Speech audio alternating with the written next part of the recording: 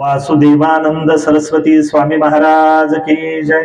श्रीमद परमहंस परिव्राजकाचार्य अधमोद्धारक भक्तवत्सल दीनदयाल समर्थ सद्गुरु श्री चैतन्यानंद सरस्वती नाना महाराज की जय। श्रीमद परमहंस परिव्राजकाचार्य समर्थ सद्गुरु श्री कृष्णानंद सरस्वती समर्थ सद्गुरु श्री काका माऊली की जय। रेणुका माता की जय। नर्मदा माता की जय। नर्मदे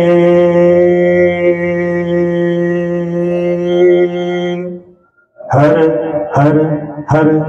अनंत कोटि ब्रह्मांड नायक महाराजाधिराज योगीराज परब्रह्म सच्चिदानंद भक्त प्रतिपालक शेगाव निवासी समर्थ सद्गुरु श्री गजानन महाराज की जय। समर्थ सद्गुरु श्री साईनाथ महाराज की जय। पुंडलिका वरदे हरी विठ्ठल श्री ज्ञानदेव तुकाराम पंढरीनाथ महाराज की जय। माऊली ज्ञानेश्वर महाराज की जय। जगद्गुरु तुकाराम महाराज की जय। दत्तात्रय जनार्दन स्वामी संत श्री एकनाथ महाराज की जय। 2 मिनिटं भजन करू। भानुदास एकनाथ भानुदास एकनाथ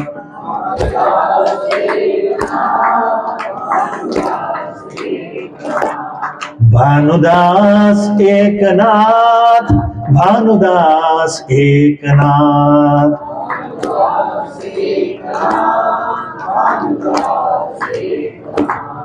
भानुदास एकनाथ भानुदास एकनाथ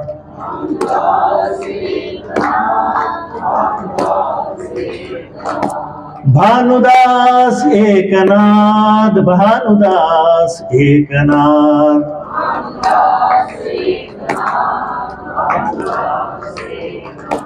भानुदास एकनाथ भानुदास एकनाथ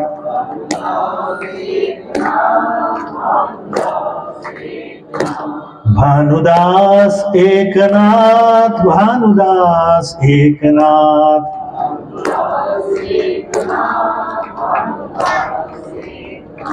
भानुदास एकनाथ। आपल्या आराध्य दैवताचे आपण थोडस स्मरण करू। गण गण गणात बोते गण गण गणात बोते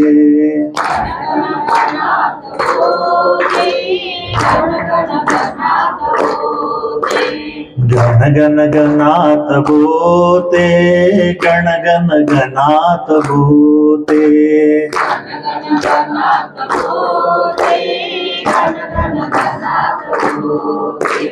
गण गण गणात गण गण गणात गण गण गणात बोते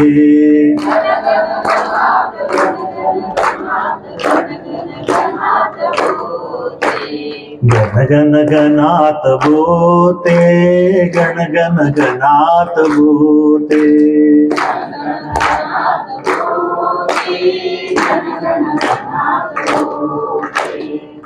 गण गणात बोते गण गण गणात बोते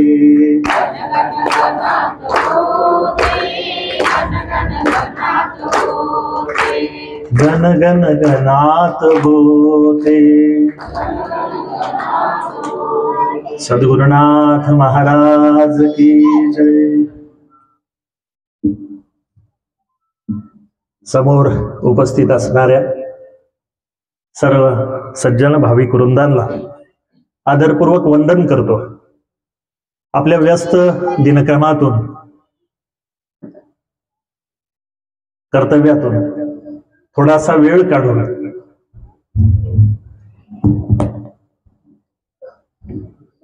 आपण इथे येता। कालपासून शांतीब्रह्म संत श्री एकनाथ महाराजांची कथा बहु असे देहपणे नाव रूपास येणे, नाही लाजिरवाने यावन दुसरे काही. पण प्रकाशिकांचा असा भाव आला की त्यांनी व्यासपीठाचं स्वागत करावं. व्यासपीठावर बसलेला सूर्य आहे आणि सूर्याचं स्वागत प्रकाश करतोय. एकदाच सूर्याचं जर आगमन झालं तर तिथं प्रकाश काय राहणार आहे. तर असा एक आगळा वेगळा हा स्वभाव आहे आणि हे प्रकाशिकांचा भाव आहे व्यासपीठाप्रती. कारण आपण काही देवरूपाने नाव रूपाने माणसं नाहीये, कारण आपली संस्कृती उंच आहे. हो, तरी आता सर्वांनी आता जे पप्पू दादा सांगणार आहे तर श्रोतांनी काय, वक्ता तो वक्ता नाही श्रोत्या विन, तुमच्याशिवाय वक्ता हा वक्ता नाहीये. तर तुम्ही आता जे श्रवण कराल ते मनाच्या कानी ऐकावे, बुद्धीच्या डोळ्या पाहावे आणि चित्ताच्या साठोवाटी घ्यावे. म्हणजे मनाच्या कानाने ऐकवायचे. जर तुम्ही मनाच्या कानाने ऐकणं तरी असतं तसं, कारण मन हा संकल्प आणि विकल्प करतो. हा मन आहे काय, नाना संकल्प आणि विकल्प करता. आणि जर तुम्ही मनाच्या कानाने ऐकलं तर तुमची वृत्ती स्थिर होईल, आणि मनाच्या कानाने जर ऐकलं तर वृत्ती स्थिर झाल्यामुळे तुम्हाला ते अतिशय ठासून जाईल. आणि बुद्धीच्या डोळ्याने पाहावे तर बुद्धी आपली नेहमी निवड करते चांगलं वाईट काय आहे. तर त्या बुद्धीच्या डोळ्याने जे तुम्हाला चांगलं वाटलं ते तुम्ही अंशरूपाने त्याचं ग्रहण करावं आणि त्याच्या चित्तात साठवून करावे, ही सर्वांना विनंती आहे. तरी आता पुढील काम पप्पू दादांच्या हातात. जय गजानन. गरमी तुम्हाला मला सारखीच आहे, पण मला जो फुटलेला घाम आहे ना हा गरमीनं नाही, त्यांनी वर नेऊन ठेवलं की मला घाम फुटल्याशिवाय राहिला नाही. एक छोटासा माणूस आहे, छोटासा व्यक्ती आहे. विद्वत्ता आणि अध्ययन या सगळ्या गोष्टी काही नाही. महाराजांची सेवा करता करता ज्या पवित्र आई वडिलांच्या पोटी जन्म घेतला, त्यांनी ज्या पैठण क्षेत्रामधला जो संस्कार दिला आणि सद्गुरु काका नाना यांच्या कृपेचं जे दान मिळालं त्याचं हे शब्दबद्ध आहे. तिथं माझं काही नाही. त्यामुळं कृपया पायीची वाहन पायी बरी या न्यायानं आपल्या सर्व भाविक वृंदांना वंदन करतो. मुळात गवाड साहेब अत्यंत अभ्यासू व्यक्तिमत्व आहे. सद्गुरु बाळकृष्ण महाराजांचे सशिष्य असणारे, ज्यांचा व्यासंग हा खरं म्हणजे काही गोष्टी अशा काही लोकांची सवय असते की ते दाखवतात आणि काही लोकांचं दिसून येतं त्यामध्ये ते आहेत. त्यामुळं गवाड साहेब आपल्यालाही वंदन. इथं शेंदुर्णी, मेनगाव आजूबाजूच्या गावातून आलेली सर्व भागवत मंडळी, खरं म्हणजे जी भाऊ तुम्ही समोर येऊन बसले ना तुम्हाला जास्त बरं वाटत, कारण केव्हा तुम्ही पळून जाताल याची खात्री नाही. गाडी तुमच्या जवळ आहे, मला या लोकांची काळजी आहे, त्यामुळे तुम्ही समोर या. सुरेश दादा तुम्ही पण या समोर, खुर्ची घ्या लागलं तर पण समोर या. तुम्ही अशी कोपऱ्यात बाहेरून पाठिंबा दिला तर केव्हा पाठिंबा काढताल याचा काही नेम नाही. या सोयरे तुम्ही पण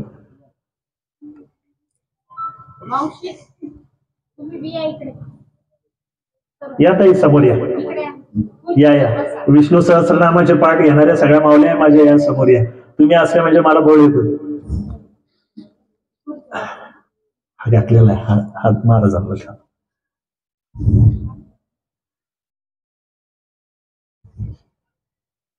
चला कालच्या कथेला जाऊया पुन्हा. काल जसं आपण मानस पूजेनं पैठणला गेलो होतो, कुठली गाडी लागत नाही, तिकीट काढायचा प्रश्न नाही. मावल्यांना अर्ध तिकीट आहे. 85-75 वर्षाच्या लोकांना विनामूल्यच आहे आणि जिबू सारखे लोक गाडी घेऊन आले तर फुकटच आहे. असा सगळा प्रवास आहे. परंतु आपलं जे पैठणला जाणं आहे ते मानस पूजेनं जाणं आहे. त्या मानस पूजेनं बघा देवानी संमती दिली जाण्यासाठी. हार खाली ओघळला, पैठणला चला म्हटले ते आहे की समोरचा हार तुमच्या देखत खाली ओघळला की नाही. मला आठवण येते महाराजांच्या कृपेनं कोल्हापूरच्या जेलमध्ये 2000 कैद्यांसमोर बोलायचं भाग्य मिळालं होतं. जेलमध्ये कोणाला आनंदानं जावं वाटत नाही. जेलचं निमंत्रण आल्यानंतर 2-4 दिवस मी विचारच करत होतो जाऊ का न जाऊ. आणि तिथं गेल्यानंतर भाषण सुरू होतं. महाराजांना भला मोठा हार घातलेला होता आणि अचानक सर्रकन तो हार खाली जेव्हा उघडला तर जाधवर नावाचे तिथले जे साहेब होते जेलर, ते म्हणले कुलकर्णी सर महाराजांची संमती मिळाली बरं का. आणि तो फोटो व्हिडिओमध्ये चित्रबद्ध झालेला आहे. खरं म्हणजे त्या जेलमधले फोटो बाहेर काढायला परवानगी नाही म्हणून ते तुम्हाला दाखवता येणार नाही. महाराजांनी पैठणला जायला संमती दिलेली आहे, त्यामुळे कोणी आजूबाजूला कोपऱ्यात थांबू नका, सगळी गाडीत चला.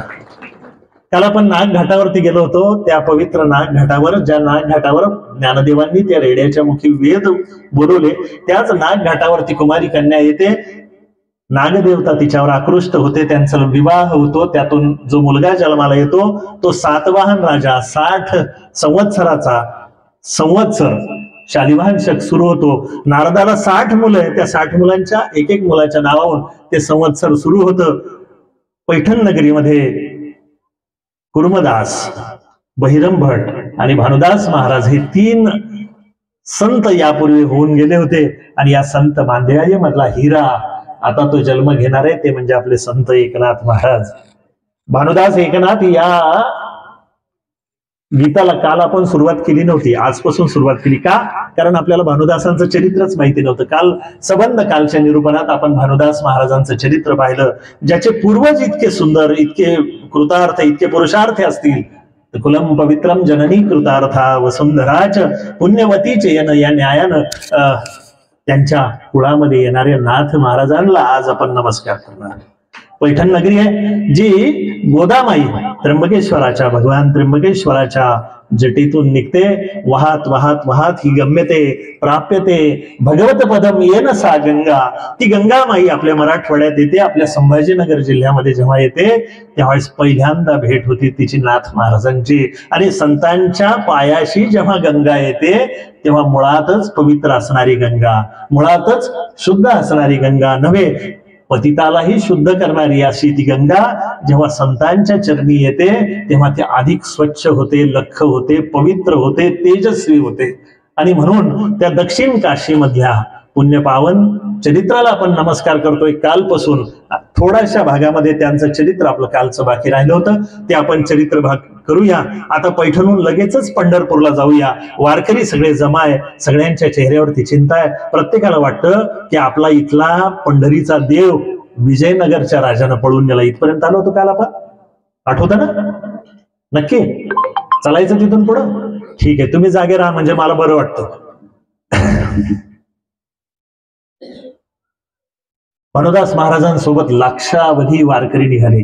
परिस्थिती बदली होती. ज्ञानदेवांच्या काळामध्ये जे वारकरी निघत होते काठीला सोनं टांगून निघायचे दिवस होते, परंतु दिवस बदलले. 14वं शतक जसं आलं तसे परकीय टोळ्यांचे आक्रमण आले आणि देव, देश आणि धर्म, संस्कृती सगळ्या त्रासात पडल्या.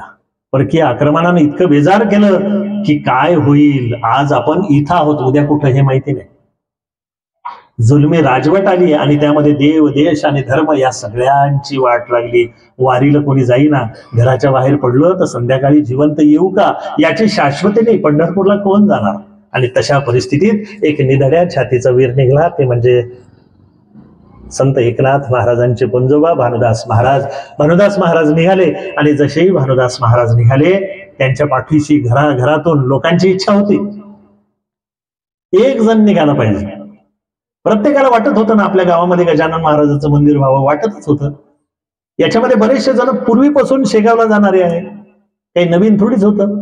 याच्यामध्ये बरेच जण दासगणू महाराजांच्या गजानन विजयाचे पारायण करणारे 70 वर्षापासूनचे. प्रत्येकाच्या घरी बऱ्याच जणांनी मला दाखवलं की अगदी 3 रुपयाची, 1.25 रुपयाची, 1.5 रुपयाची पोथी त्यांच्या घरामध्ये आहे. पण आपली कुसुमताई एक निघली, ज्याच्यामुळं प्रगट दिन साजरा झाला, घराघरातला तिचा उत्सव गावाचा झाला, परिसराचा झाला, पंचक्रोशीचा झाला. एक व्यक्ती पाहिजे कोणीतरी की त्यानं पुढाकार घेतला. त्याच्या पाठीमागे येणाऱ्यांची संख्या कमी नसते. कुणीतरी एक हरीचा लाल निपजला पाहिजे. एश पंथ येतेत कर्महा. त्या कर्माच्या अनुषंगानं भानुदास महाराज निघाले. गावागावातून वारकरी आले. न सांगता, कुठलाही निरोप न देता, आमंत्रण न देता, कुठलीही गरज नसताना घरातून निघते तीच पंढरीची वारी. या पंढरीच्या वारीचं वैशिष्ट्य आहे की बऱ्याच घराण्याचा तो कुलाचार आहे. मी असे वारकरी लोक पाहिले की बाबांना आयुष्यभर वारी केली. मारुती बुवांचा जेव्हा सत्कार केला होता आपण, आपल्याला आठवत असेल मारुती बुवा, त्या मारुती बुवांना मी प्रश्न केला होता, बाबा तुमच्या वाऱ्या किती झाल्या पंढरपूरच्या? आपल्या गावातला साधं भोळं व्यक्तिमत्व होतं मारुती बुवा वारी. आपल्या त्यांचं आडनाव काय मला माहिती नाही. बोडखे, मारुती बुवा बोडखे. आपण त्यांचा सत्कार केला होता गजानन संमेलनामध्ये. तर मारुती बुवा मला म्हणतात, पोरा एक गोष्ट लक्षात घेऊ, स्वयंपाक करताना माऊलीनं भाकऱ्या किती ते मोजायचं नाही. शब्द लक्षात घ्या बरं, अडाणी माणसाचे शब्द आहे. स्वयंपाक करताना मावल्यानं किती भाकऱ्या केल्या हे मोजायचं नाही, पोरानं किती जेवला, दीर किती जेवला, हा किती जेवला मोजायचं नाही, आणि वारकऱ्यानं वारी मोजायची नाही म्हणले. एवढा मोठा शब्द आहे पहा, अडाणी माणसाचा शब्द आहे. वारकऱ्यानं किती वाऱ्या केल्या ते म्हटले, वयाच्या 9व्या वर्षी पहिल्यांदा बापा बरोबर गेलो होतो आणि आता माझं 94 वय चालू आहे, 3 वर्षापासून वारी बंद आहे, तुला जो हिशोब येत असेल तो करून घे. बाबा महाराज सातारकरांना विचारलं, बाबा तुमच्या वाऱ्या किती झाल्या? तर बाबा महाराज बोलले 85 वाऱ्या झाल्या. म्हणले बाबा तुमचं तर वय 84 आहे, 85 वाऱ्या कशा झाल्या? त्यावेळेस बाबा महाराज सातारकर म्हणले, अरे एक मायेच्या पोटामध्ये होतो ना, माझ्या मायेनं वारी केली होती तेव्हा मी पोटात होतो, ती वारी पण मोजावं लागेल ना 85. वारकऱ्यानं वारी मोजायची नसते. भानुदास महाराज निघले खेड्याखेड्यातून, गावागावातून. हा गंगेचा ओघ पंढरपूरच्या दिशेनं चालला, जणू गोदामाई चंद्रभागेला भेटायला निघाली. तिथं गेले, तिथं पाहिलं तर काय, आपला देव पळून नेला कोणीतरी. चौकशी केली, कोणी नेला? तर विजयनगरचा जो राजा होता, अनागोंदीचा जो राजा होता, त्यानं ही पांडुरंगाची मूर्ती उचलून आपल्या देशात घेऊन गेला. 550 किलोमीटर लांब. राजा पुढे कोण बोलणार आहे? सगळे वारकरी बिचारे खेड्यापाड्यातले अशिक्षित गरीब माणसं ही अन्यायी गोष्ट सहन करत बसले, रडत होते. अरे पांडुरंगा, आमच्या पिढ्यानं पिढ्या तुझ्या पायावरती लोळण घेतली, आम्ही पण आमचं अर्ध आयुष्य केलं, आम्ही तुझ्या चरणी आलो, आमची लेकरं बाळ कोणाच्या पायावर घालावी, आम्ही कोणाला त्यांनी नमस्कार करावा? महायोग तिरे तटे भीमरथ्या म्हणत म्हणत या चंद्रभागेच्या काठावरती कोणी लोळावं रे बाबा, आम्हाला सांग, आम्ही काय करावं? लोक रडत होते, पण रडणाऱ्यांचे अश्रू पुसणारा कोणी नव्हता. खरं सांगू तुम्हाला, रडण्यात तेव्हाच मजा आहे जेव्हा कोणीतरी अश्रू पुसणारा असतो. उगाच जंगलामध्ये रडत बसले तर रडा. रडण्यामध्ये तेव्हाच अर्थ आहे जेव्हा तुमचे अश्रू पुसणारा कोणी असतो. आणि असा अश्रू पुसणारा महाधनी त्या रस्त्यानं चालत होता. भानुदास महाराज चालत चालत त्या पंढरपुरामध्ये आले, चंद्रभागेच्या तटी. सगळे भानुदास महाराजांसोबत भोवती गोळा झाले, जणू काही रामायणामधल्या सगळ्या वानर सेनानं मारुती भोवती वेढा टाकावा आणि मारुतीला सांगा, बाबा तुमच्याशिवाय कोण हा समुद्र उल्लंघन करून जाईल? कोणामध्ये ताकद आहे ही अशी? केवळ तुम्ही आणि तुम्ही सीताबाईला आणू शकता, तुम्हीच केवळ हे करू शकता. मारुती बिचारा असा, त्याला शाप होता की आपली शक्ती विसरून तो गेला होता. तो दीनवाणी तिथं बसलेला होता आणि सगळी वानर सेना मारुतीचं स्तुती करण्यामध्ये गुंतलेली आहे. कोण ही जानत है महाकपी संकट मोचन नाम तुहारो. मारुती तुझ्याशिवाय कोणी शक्य नाही. आणि असं म्हटल्यानंतर होप म्हणून मारुतीनं उडी मारली आणि हा आत्ता जातो आणि मायेला घेऊन येतो. असं जसं मारुतीनं म्हटलं तसं सगळे वारकरी भानुदास महाराजांच्या चरणी लागली, बाबा तुमच्याशिवाय कोणी नाही. भानुदास महाराज म्हणले, ही नारायणाची जर तशी इच्छा असेल, माझ्या गोदामाईची, माझ्या सूर्यनारायणाची जर तशी इच्छा असेल तर तसं होईल. आणि ते निघाले तर त्यांच्या पाठोपाठ हजारो लाखोचा समुदाय निघाला. भानुदास महाराजांनी हात जोडले, त्यांना म्हणले, बाबा हो तुमचा माझ्यावरती विश्वास आहे का? तर म्हणले, हो बाबा, म्हणून तर तुम्हाला पाठवलं. मग एक काम करा, तुम्ही आता तुमच्या घरी परत जा. पांडुरंग आला की मी तुमच्या घरी बोलवणं धाडील आणि मग आपण महोत्सव करू. असं म्हणून मी निघतो. एक गोष्ट लक्षात घ्या, पांडुरंगाला घेऊन येईल, अन्यथा परत येणार नाही. जर आलो वापस तर पांडुरंगाला घेऊन येईल, आणि नाही आलो तर परत तुम्हाला तोंड दाखवायला येणार नाही. हा माझा शब्द आहे. सगळ्यांनी साधुवाद व्यक्त केला. सगळ्यांनी आपल्या पुण्याईचं बळ भानुदास महाराजांच्या उंजळीत घातलं. म्हणले, बाबा तुम्ही विजयी होऊन परत याल, आपला देव आपल्या गाभाऱ्यात पुन्हा वापस येईल, पुन्हा आपण आषाढी कार्तिकी भक्तजन येते उत्साहानं साजरा करू. असं म्हणून त्यांनी भानुदास महाराजांना निरोप केला. निरोप दिला. सगळ्या लोकांनी आपसामध्ये चर्चा केली आणि एक मत झालं, हरकत नाही, भानुदास महाराजांसोबत जाणं आपलं तेवढं व्यवस्थेचं होत नाही ना. राजाला कदाचित वाटेल हे आपल्यावर लोक चढाई करून आले म्हणून तो एवढ्या सगळ्या लोकांची हत्या करेल, असं भानुदास महाराजांना वाटत असेल. म्हणून भानुदास महाराजांनी आपल्याला वापस पाठवलं. पण लक्षात घ्या, आपल्यापैकी कोणीही घरी वापस जाणार नाही. जर माझे भानुदास बाबा जर घरी वापस जाणार नसतील, पांडुरंग आला नाही, तर आम्ही सुद्धा त्यांचे लेकरं आहे, आम्ही सुद्धा वापस जाणार नाही. ठाम निश्चय झाला आणि सगळ्यांनी ठरवलं की काय असेल घरचं, पेरणी होईल न होईल, लेकरं बाळ बोलतील न बोलतील, घरातल्या प्रपंचाचं काय होईल ते पांडुरंग पाहून घेईल. आणि असं म्हणून त्यांनी काय केलं तर चंद्रभागेच्या तीरीच सप्ताह मांडला. हा सप्ताह किती दिवसाचा होता? हा सप्ताह बेमुदत होता. 7 दिवसाचा, 5 दिवसाचा, 4 दिवसाचा, 8.5 ते 10.5 असा काही त्याचा वेळ नव्हता. आजीवन फुटो हे शरीर, तुटो हे मस्तक, नामाचा गजर सोडू नये असा निर्वाणीचा होता.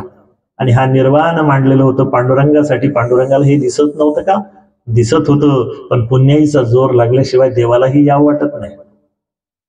हो गई है पीड़ पर्वत सी पिघलनी चाहिए, हो गई है पीड़ पर्वत सी पिघलनी चाहिए, और इस हिमालय से कोई गंगा निकलनी चाहिए. जेव्हा ती पीडा असह्य होते तेव्हाच तो हिमालय पाझरतो, आणि त्या पाझरण्यातूनच तर गंगा तयार होते ना. का अशीच गंगा तयार होते त्या बर्फातून?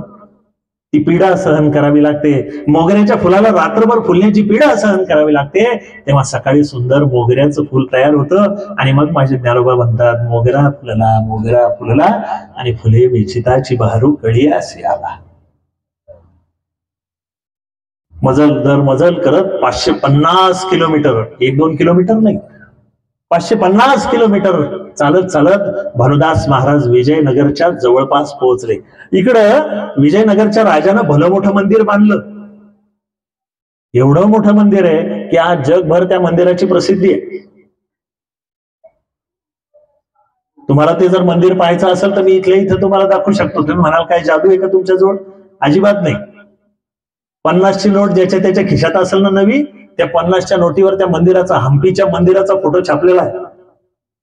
हम्पी मधलं जे देवस्थान आहे, म्हणजे इथंच 50च्या नोटा नका काढू, घरी गेल्यानंतर काढल्या तरी चालतील, कारण इथं ना लेणं आहे ना देणं आहे.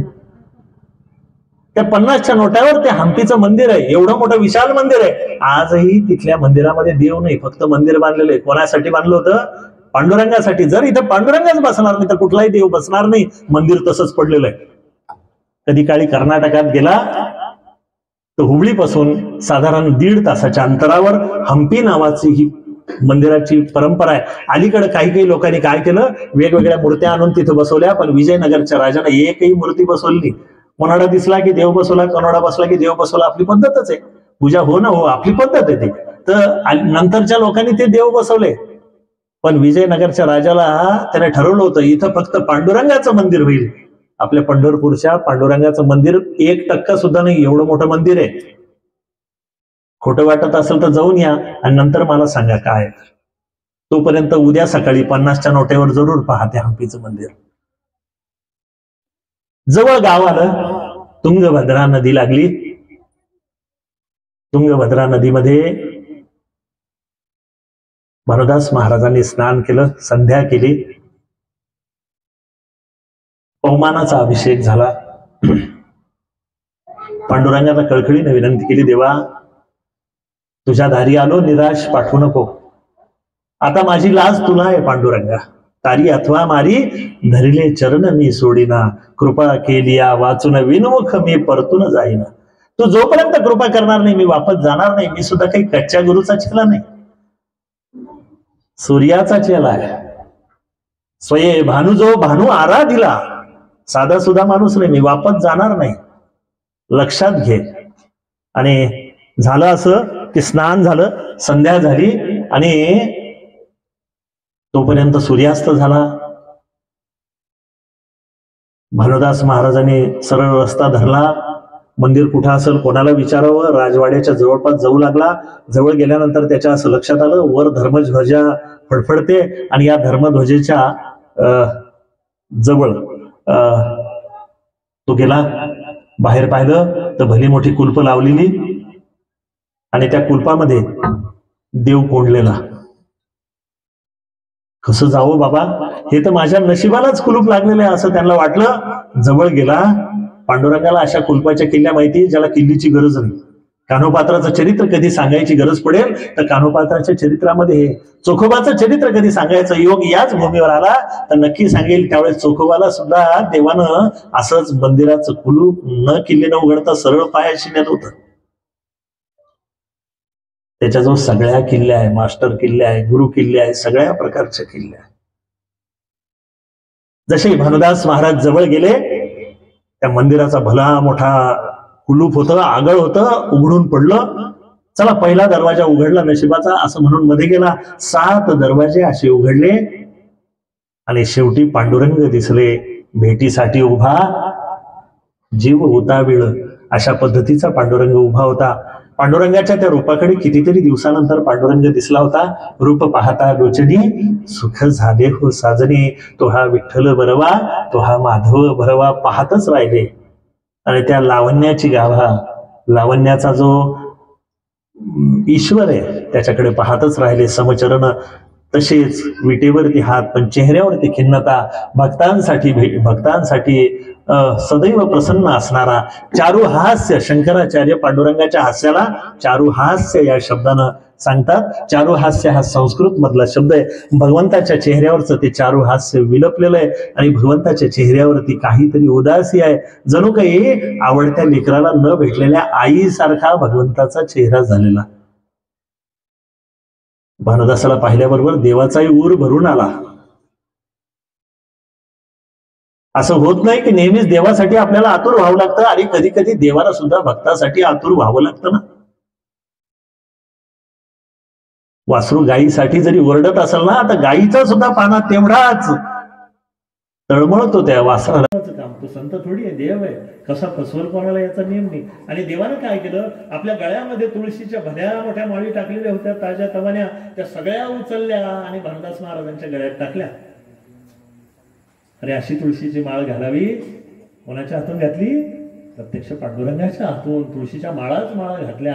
आणि या माळा घालताना गंमत अशी झाली की त्या माळासोबत देवाला न आवडणारी पण लोकांनी बळजबरी घातलेली, त्या राजानं बळजबरी घातलेली नवरत्नाची पण हार त्याच्यामध्ये होता, ज्याचा किंमतच करता येत नव्हती. अशी विजयनगरच्या राजाच्या खजिन्यामधली सगळ्यात महागडी माळ त्यानं ती पांडुरंगाच्या गळ्यात घातली होती. पांडुरंगाला त्याचं ओझं होत होतं. त्यानं उचललं आणि कोणाच्या गळ्यामध्ये घातलं, त्या याच्यात लपवलं बरोबर, कशामध्ये? तुळशीमध्ये, आणि घालून दिलं त्यांच्या गळ्यामध्ये. आता देवानं घातलेली माळ आहे ती कशी काढायची असं म्हणून भानुदास महाराज गेले आणि पुन्हा तुंगभद्रेच्या काठी स्नान संध्या जप तप करण्यामध्ये मग्न झाले. रात्र निघून गेली. सकाळच्या काकड्याला गुरुजी आले आणि काकडा सुरू झाला. उठा पांडुरंगा आता दर्शन द्या सकळा, सुरू झालं त्यांचं. आणि पाहता बरोबर आरती करता करता त्याचं लक्ष गेलं. अरे बापरे, तुळशीच्या माळा गेल्या त्याचं काही विशेष नाही, रुपयाला 100 भेटतील पण मनी नाही रे बापा. आणि जेव्हा राजाला कळत की गळ्यातला नवरत्न हार तर आपल्या पिढ्यासहित सगळ्यांची मोकळी, घाबरला आणि पळत पळत सरदाराला निरोप दिला. सरदारानं फौजदाराला निरोप दिला. फौजदारानं प्रधानाला निरोप दिला. प्रधानानं राजाला निरोप दिला. निरोपाचं काम संपलं. राजा उठला, हातामध्ये भला मोठा दंडा घेतला आणि ज्यांनी ज्यांनी निरोप दिला त्यांना प्रसाद देत देत देत तो मंदिरामध्ये आला. आता गुरुजी लटकं कापुरायला, भाऊ मी काहीच केलं नाही, मी फक्त तुम्हाला निरोप दिला. ते म्हणले मी जोपर्यंत सांगत नाही तोपर्यंत घरी जायचं नाही, पहिले तपासणी करा. आता यांच्या अंगावर फक्त पितांबर आहे, खिसा नाही. पितांबराला कोणाचा खिसा असतो का? अलीकडे शिवतात, शिवून घातला. मी पितांबर शिवलं, त्याला खिसा आहे. तर सगळी तपासणी झाली. बिचाऱ्यांचा काही दोष नव्हता. घरी जाता येणार नाही, हरकत नाही म्हणले. महाराज सगळ्यांना कस्टडीमध्ये टाकलं आणि शिपाई पाठवले. जा, जिथं कोणीतरी हा नवरत्न हारावाला सापडल त्याला माझ्यापर्यंत आणू नका, डायरेक्ट तिकडच्या तिकडं रवानगी करा, सुळावरती द्या. त्या काळामध्ये फासावरती देण्याची एक पद्धत होती. लाकडी सुळावरती खिळे ठोकून त्याला मारलं जायचं, अत्यंत हाल करून मारलं जायचं. आणि सगळीकडे निघाले बिचारे, इकडं पाहाय तिकडं पाहाय. 2-4 जण तुंगभद्रा काठी गेले आणि तिथे यांचा एक काकडा चालू होता. आता बिनधास्त होता हा काकडा, काही घेणं देणंच नाही, आपल्या खिशात काही नाहीच आहे, तर काय विषय. आणि चालू होता त्यांचा. तेवढ्यातल्या तेवढ्यात तो हिरा चमकला. आता चमकला का चमकवला मला माहिती नाही, देवाची लीलाच कठीण आहे. मी तुम्हाला सांगितलं ना, साधनही दैवत पंढरपूरचं. हे काय कार्यक्रम करेल, कोणाचा कुठं कार्यक्रम लावल याचा काही नियम नाही. सख्या आईला जर कळू दिलं नाही तो इतरांचं काय करणार आहे. त्यानं तो हिरा चमकवला. चमकवल्याबरोबर याचे डोळे चमकले. ते म्हणले पाय, आतापर्यंत हे भामटे चोर वेगळे होते, पण आता पाय म्हणे वारकऱ्याच्या वेशामध्ये आला. खरं सांगू तुम्हाला, सज्जन माणूस जर एखाद्याच्या कात्रीत सापडला ना, वारकरी माणूस जर एखाद्याच्या कात्रीत सापडला ना, खरा सज्जन, तर लोक कातरल्याशिवाय सोडतात. एखाद्या भामट्याला सोडतील, पण सज्जन माणूस अडचणीत आला, सज्जन माणूस परेशान झाला, वारकरी माणूस परेशान झाला आणि लोकांच्या हातात कात्री असली तर सोडतील का हो लोक? खरं सांगा, बोला ना, आपल्याला काय कोणाची भीती? सोडतील? नाही सोडणार. आणि बरोबर दंड धरून आणला. अरे म्हणले राजाकडे कुठे नेता, आणखी बोलायची काम, आपल्याला आज्ञा काय होती? डायरेक्ट सुळावरती न्या. ते म्हणले चला, आपल्याला काय फरक पडतो. 2-4 जणांनी गळ्यातला तो हार काढून घेतला, नवरत्नाचा हार काढून दिला, पण तुळशीचा हार काढू द्यायला मनाई केली. अरे प्रत्यक्ष पांडुरंगाने घातलेला आहे, तो कसा काढू देणार? ते म्हणले हा काढू नका. ती म्हणली राहू दे, याचं काही नाही, हे निर्माल्य, याचं काही घेणं देणं नाही आम्हाला. त्याच्यात ते पाहिलं अजून एखादं काही आहे का? काही नाही म्हणे, याच्यात फक्त तुळशीच्या काड्या, जाऊ दे. आता येरीने याला तुळशीचं पान खाऊ घालायचंच आहे म्हणे, जाऊ द्या. आणि असं म्हणून त्याला सुळावरती नेलं जातं, सुळावरती लटकवलं जातं. आणि जसंही सुळावरती लटकवलं त्यावेळेस भानुदासाला शब्द आठवले, देवाची देवा काय म्हटला होता? 2 दिवस मुक्काम कर. लेकीला कोणी असं रवाना करतं का? पाहुणचार हाय का तुझा पाहुणचार? सुळावरती लटकव ना. अरे 2 घास खाण्याचं विचारलं नाही. स्वतः मात्र पंचपक्वान्नाचे नैवेद्य तुला आवडतात, पण माझ्या गरीबाला फासावरती लटकवला हरकत नाही, मी वापस जाणार नाही, मी शब्द देऊन आलो. घेसी तेव्हा देसी ऐसा तू उदार, काय करू देवा तुझे कृपणाचे द्वार. असा तू कृपण आहेस का? पण मी पण कच्छावृत केलं नाही, हरकत नाही. आकाश कडकडून या पाहे ब्रह्मगोळ भंगा जाये, वडवा नळ त्रिगुण खाये, तैसी मी तुझीच वाट पाहे विठोबा. सप्तही सागर समरस होती, तै हे न विरोनी जाय क्षिती, पंच महाभूते प्रलय पावती, तै तुझ सांगाती विठोबा. भलते से पडो जड भारी, परी नामन संडी निर्धारी, पतिव्रता जैशी प्राणेश्वरी, भानुदास म्हणे निर्धारी विठोबा. अरे ह्या भानुदास आहे, तुझी गाठ कोणाशी पडली तुला माहिती नाही. जीव गेला तरी भेद कर, जशी पतिव्रता स्त्री विपत्ती आल्यानंतर तिच्या नवऱ्याला सोडून जाणार नाही. काल परवा परिस्थिती बरी होती म्हणून मागं पुढं करणारी, आणि आज परिस्थिती बदलली की जाऊ द्या, याचं पाहून दुसरं पाहू, अशी थोडी पतिव्रता म्हणते. तिथंच मरेल ती, पण जाणार नाही. अरे भानुदास महाराज म्हणतात, तसा मी तुझा पतिव्रता, जशी ती स्त्री आहे तसा मी तुझा भक्त आहे, मी सोडून जाणार नाही विठोबा. आणि असं म्हणून तिथंच थांबले. सुळावरती दिलं जातं. शेवटची इच्छा विचारली जाते, बाबा रे काय आहे? शेवटची इच्छा पांडुरंगाचं दर्शन. ते म्हणले पांडुरंगाचं दर्शन काही नाही, पुन्हा याला न्यायचं नाही, असं म्हणून सुळावरती दिलं जातं. आणि काय होतं तर सुळाला कोरड्या काष्टाला, पाषाण कोरड्या त्या लाकडाला धुमारे फुटतात, खिळ्यांचे हार होतात. धावत धावत जाऊन ते सैनिक राजाला सांगतात, राजा राजा, अरे या माणसाला आम्ही सुळावरती दिलं, पण तो कोरडा सुळ आहे ना, त्याला पानं फुटली, फुलं फुटली, त्यातून सुगंध बाहेर येतोय, काय आहे ते कळणार. लेकरू पडलं कोणाचं तरी उचला, काय मला माहिती नाही, पण तुम्ही असं करा, त्या व्यक्तीला आणा. पांडुरंगासमोर आणलं गेलं. त्यावेळेस पांडुरंगालाही बोल फुटले आणि पांडुरंगानं पुन्हा हृदयाशी धरलं. आता भानुदास महाराज काहीच बोलत नाही. ते म्हणले, बाळा थोडीशी परीक्षा घेतली, पण याचे डोळे उघडायसाठी घेतली रे बाळा, रागवू नकोस. माझं सदैव सदा आहे मागे पुढे सांभाळीत, आलिया आघात निवाराया, तुझ्या पाठीमागं मी होतो बाळा, विश्वास गमवू नको, मी तुझाच आहे. आणि भानुदास महाराजाला देवानं जवळ धरलं. राजाला सांगितलं, राजा तुझं पुण्य होतं तोपर्यंत तुझ्या नगरीमध्ये राहिलो, जव पुण्याची पावती सरे तव इंद्रही परे माघारी.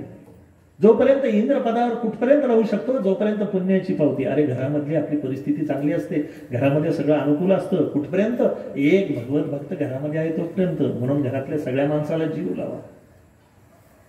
एक व्यक्ती कुणीतरी असतं, एखादं जनावर कुणीतरी असतं, जे पूर्व पुण्याईनं पुण्यवंत आपल्या घरामध्ये आलेलं असतं, सगळं आलबेल होतं. त्याच्यात जाण्यानंतर आपल्याला लक्षात येतं की सगळंच पांगलं, आतापर्यंत एवढं सगळं व्यवस्थित होतं, काय झालं?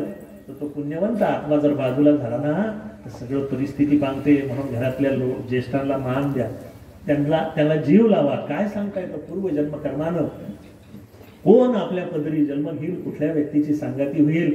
आपण भगवत कार्यामध्ये एकमेकाच्या सोबत येतो, मंदिराच्या कार्यामध्ये एकमेकांच्या सोबत येतो. कितीही राग आला ना तर एकमेकाचा मान राखायला शिकू आपण, कारण सांगता येत नाही कोण कशा नशिबानं पुण्यवंत आहे. एकमेकाचा सन्मान राखा. थोडंसं काम शिल्लक पडलं हरकत नाही, थोडासा वेळ शिल्लक दिला हरकत नाही. माझ्यावर भगवंताची कृपा आहे की माझ्यावरती आज शिल्लक काम पडलं. हे उन्हामध्ये हे पोरं 2-2 तास 3-3 तास त्या चुलीभोवती राहतात, अंगाची वाफ होते, आपल्याला पंखा इथं बसल्या बसल्या घाम येतो आपल्याला. ही पोरं तिथून ती मोठ्या मोठ्या कढाया उचलतात, हे उचलतात, त्रास होत नाही काय मला. पण यांनी मनात ठेवलं की माझ्या देवाला जर याच्यानं आनंद होतो, माझ्या महाराजांना जर याच्यामुळे आनंद होतो, कुष्टे माझे पडेल जेथे उनेनं नाही कदा तिथे, हे जर महाराजांचं वचन आहे तर मला ते केलं पाहिजे. जी ही सेवा माझ्या वाटेल येईल आनंदानं करू. आणि माझ्यासोबत देवानं जसे माणसं दिले तसे निवडून घेता येतात का? कोणी म्हणाल की सगळेच माणसं निवडून घेता येत नाही. मग एक माणूस म्हटला, अरे सगळेजण निवडून घेता येत नाही तर बायको निवडून घेता येते. पसंत नापसंत असतं की नाही भाऊ, आपल्या काळापर्यंत होतं. अलीकडे पोरांची पंचायत झाली, जी येईल तिला पसंत करावं लागतं, कारण पोरीच येत नाही है ना. याच्यामध्ये 7-7 पोरी नाकारलेले, 10-10 पोरी नाकारलेले बसलेले. माझ्याकडे पाहू नका, पहिली चालीम नमस्कार झाला आमचा. कोणाचे पोहे खायचं काम नाही, ती पण माझ्याच घरी आली, त्याच्यामुळे तिचे पोहे खाल्ले. एक जण म्हटलं की नाही अरे बायको तर आपण आपल्या पसंतीनं केली ना, पण खरं सांगा इमानदारीनं मनातल्या मनात कधीतरी शब्द येतो ना, ती चौथी होती ना, तीच बरी होती राव, नाही म्हणायला नाही पाहिजे होतं. म्हणजे मनाप्रमाणे झालं की नाही झालं. जो मिळेल प्रारब्धानं तो घ्यावा, जो नशिबानं मिळतो. म्हणून एकमेकाला सन्मान द्यायचा शिका. राग जरी आला तरी जाऊ दे, आपला आहे असं समजून पुढे चालायचं आणि देवाचं काम पूर्ण करायचं.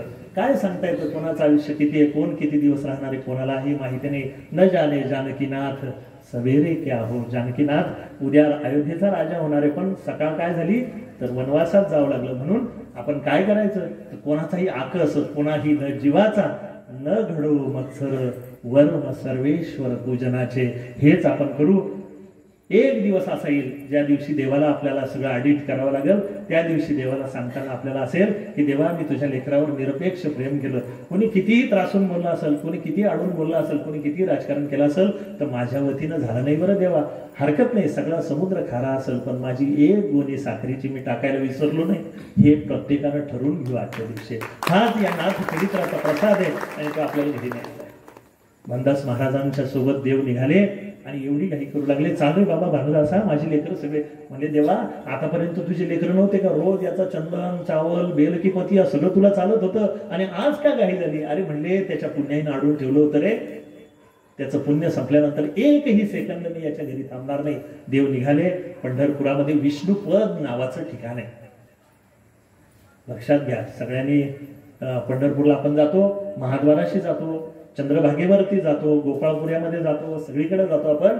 पण लक्षात घ्या विष्णुपद नावाचं ठिकाण पंढरपूरमध्ये. तुम्हाला माहिती नसेल तर रिक्षावाल्याला विचारा आणि आवर्जून तिथं जा. हे विष्णुपद असं ठिकाण आहे की ज्ञानोबांच्या समाधीनंतर देव अत्यंत नाराज झाले होते आणि कशातच जीव लागत नव्हता. 6 महिने देव तिथं जळावून राहिले आणि त्यानंतर देवाचं मन शांत झाल्यानंतर ते पुन्हा पांडुरंग त्या मंदिरात आले. म्हणून ह्या विष्णुपदाला जाण्याची पद्धत आहे. देव जसे वाजत निघाले तसे देवाला भानुदास महाराज म्हणतात, बाबा या लोकांनी हातोहात तुला नेलं होतं रे, माझ्याकडे एवढा पैसा नाही, मी कसं येऊ? ते म्हणले एक काम कर, तुझी पडशी आहे ना, तुझी जी झोळी आहे ना ती उघड, मी छोटासा होऊन त्याच्यामध्ये येतो. देव अंगुष्टी एवढा झाला. केवढा झाला? अनुरगिया थोकडा तुका आकाशा एवढा. तो अणू एवढा होऊ शकतो आणि आकाशा एवढा होऊ शकतो. एवढासा झाला त्या भानुदास महाराजांच्या झोळीमध्ये. आणि निघत निघत विष्णुपदाजवळ जेव्हा आला तेव्हा देव मूळ स्वरूपामध्ये मोठे झाले. भानुदास महाराजाला ते ओझन सहन होईना, त्यांनी विष्णुपदावर महाराज ठेवले. आणि आता काय करावं, तेवढ्यात निरोप पाठवला गेला. अरे भानुदास महाराज पांडुरंगाला घेऊन आलेले. सगळा जनसमुदाय लाखोचा तिथं पळत आला. पंढरपूरचे नगरवासीय पळत आले. सगळा उत्सव झाला. दिंड्या, पताका, टाळ, मृदंग, वाद्यांचे गजर, अबीर, गुलाल, उधळीत रंग. नाथा घरी नाचे माझा सखा पांडुरंग. नाथाच्या घरी काय उगाच तो नाचतो. आणि असं म्हणून ही सगळी मंडळी तिथं जमा झाली. दह्या दुधानं महाराजांना म्हणजे पांडुरंगाला अभिषेक घालण्यात आला. तेव्हापासून पंढरपूरमध्ये पांडुरंगाला दह्यानं अभिषेक घालायची पद्धत पडली. ज्या दिवशी आपल्याला असं वाटेल आपल्या घरातले देव नाराज आहेत, आपल्या घरातले देव फारसे काही चमकत नाही किंवा आपल्या परिस्थितीमध्ये फारशी सुधारणा होत नाही, आपली मनस्थिती सुधारत नाही, आपल्या देवघर प्रसन्न वाटत नाही, मायबापू एक सांगतो की त्या दिवशी आपल्या देवाला दह्याने आंघोळ घाला. सगळ्या आपल्या आयुष्यातली आम निघून जाते आणि देवही लख होतात आणि आपलं नशीबही उजळतं. त्या दिवसापासून देवानं सगळा शीन काढला. दह्याच्या त्या स्नानानं तेव्हापासून पंढरपूरमध्ये पांडुरंगाला दह्या दुधाच्या स्नानाची पद्धत पडली. रथामध्ये पांडुरंग घातला गेला आणि पांडुरंग पंढरपूरच्या मंदिरामध्ये स्थापन झाला. 8-10 दिवस तिथं भजन कीर्तन झालं. भानुदास महाराजांनी मनातल्या मनात ठरवून घेतलं आता पंढरपूरलाच थांबायचं. देवाच्या हे लक्षात आलं. देवानं सकाळीच पांडुरंगानं भानुदास महाराजांना पहाटेच बोलवलं. भानुदासाला म्हणले, बाळा आता तुला घरी जावं लागतं. ते म्हणले, राहू द्या ना देवा, माझा काय त्रास आहे, अर्धी चतकोर भाकरी खातो तुझं भजन करतो. ते म्हणले, तसं नाही रे, एक गोष्ट लक्षात घे, तुझ्याशी माझं फार मोठं काम आहे. तुझे फार मोठे उपकार माझ्यावरती झालेले बाळा आणि मला ते पुरत करावं लागतील. घेशी तेव्हा देशी, काही मी घेतलेलं आहे तेव्हा तुला द्यावं लागतं. अरे पूर्वी पुंडलिकानं मला आणलं आणि दुसरा पुंडलिक तू आहे. साक्षात पुंडलिकाचा दुसरा अवतार म्हणजे भानुदास महाराज. अरे बाळा लक्षात घे, तुझे उपकार मला फेडायचे, ते माझ्याच्यानं फिटणार नाही, पण मी स्वतः सगुण रूप घेऊन तुझ्या वंशामध्ये अवतार घेईल असं म्हणून त्यांनी भानुदास महाराजांसमोर पेच ठेवला. एकीकडं तुझ्या वंशामध्ये मी जन्म घेईल असं सांगितलं आणि दुसरीकडं निर्मोही असणाऱ्या, विरक्त असणाऱ्या, संसारापासून दूर पडणाऱ्या भानुदास महाराजांना संसारामध्ये पाठवलं.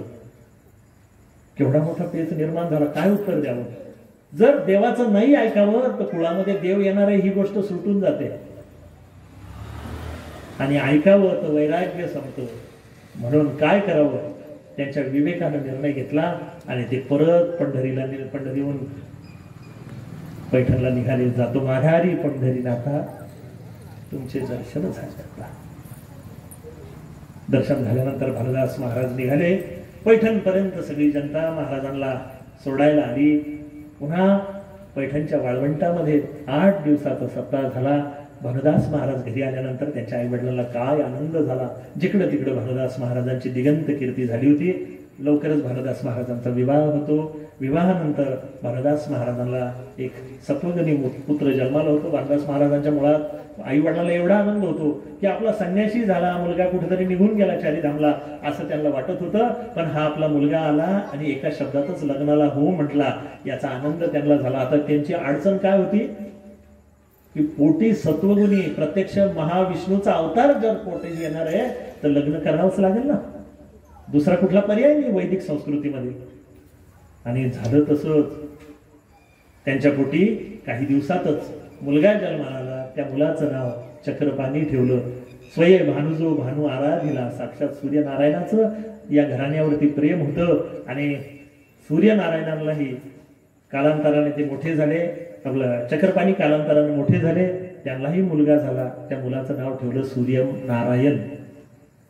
भानुदासाचे चक्रपाणी, चक्रपाणीचे सूर्यनारायण. आणि या सूर्यनारायणांचाही यथाकाळी विवाह होतो आणि रुक्मिणी मातेसंगे, म्हणजे नाथांच्या आईचं नाव होतं रुक्मिणी माता. या रुक्मिणीच्या आणि सूर्यनारायणाच्या पोटी नाथ बाबांचा जन्म शालिवान शके 1455, म्हणजे खरं म्हणजे 50 ते 55 असा काळ आहे तो. कारण जेवढे काही इतिहास लेखक आहेत त्यांच्यामध्ये एक वाक्यता नाही, पण या 5-6 वर्षाचा काळ तो आहे. आणि षष्टीच्याच दिवशी नाथांच्या जीवनामध्ये 6 मोठ्या गोष्टी षष्टीच्या दिवशी झाल्या. त्यातली पहिली गोष्ट आज घडून आली. नाथांचा जन्म षष्टीच्याच दिवशी, फाल्गुन वद्य षष्टीच्याच दिवशी नाथांचा जन्म झाला. भानुदासाचे कुळी महाविष्णूचा अवतार, क्षेत्र प्रतिष्ठान नांदे गोदावरी तीर. पैठणचे दिवस आठवतात. सुदैवानं माझ्या वडिलांची बदली तिथंच होती. 17 वर्ष. माझ्या वडिलांचं नाव एकनाथ, त्यांचा जन्म नाथ षष्टीचा आणि पहिल्यांदा त्याला नेमणूक मिळाली ती पैठणची. त्यामुळे अनायाशा काही न मिळता आम्हाला पैठणचा लाभ झाला. छोटे छोटे या लेकरांच्या वयाचे होतो. नाथ मंदिरामध्ये खेळायला जायचो. नाथांची चिल्लर मोजता मोजता, बेल आणि चिल्लर वेगळे करता करता या चिल्लर माणसाला नाथांचा छंद लागला. मुळात आपली लायकी काय, आपण चिल्लरच. परंतु नाथ महाराजांची ती कृपा. तुकाराम बीजेच्या दिवशी घराघरातून हंडे घ्यावी लोकांनी आणि नाथांचा रांजण भरावा. आम्ही सुद्धा छोटीशी कळशी घ्यावी आणि भरायला जावी. आपल्या कळशीनं तो रांजण भरणार आहे, पण एक कळशी नाथांच्या रांजणात कधी काळी आपलीही पडलेली. हा आनंद आजच्या दिवशी.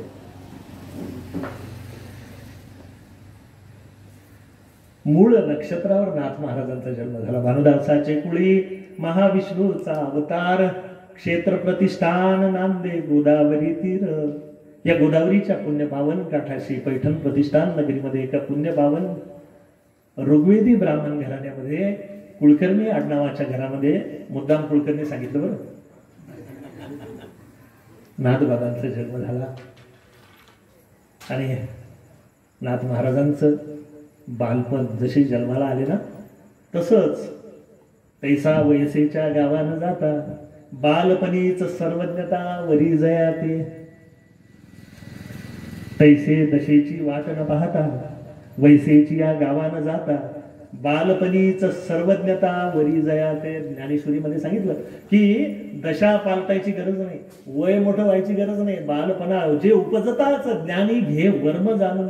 उपजताच ज्ञानी, ज्ञानासाठी काय शाळेत जायची गरज पडते का? उपजताच ज्ञानी घे वर्म जाणणे. आणि ह्या उपजताच ज्ञानी असलेल्या नाथ बाबांचं घरामध्ये केवढं कौतुक. मुळातच दिसायला मूर्ती सुंदर, कुरळे भरपूर असणारे केस नाथबाबांचे, गौरवर्ण सरळनाथ, मोठे डोळे, राजस सुकुमार, मदनाचा पुतळा अशी नाथबाबांची कांती.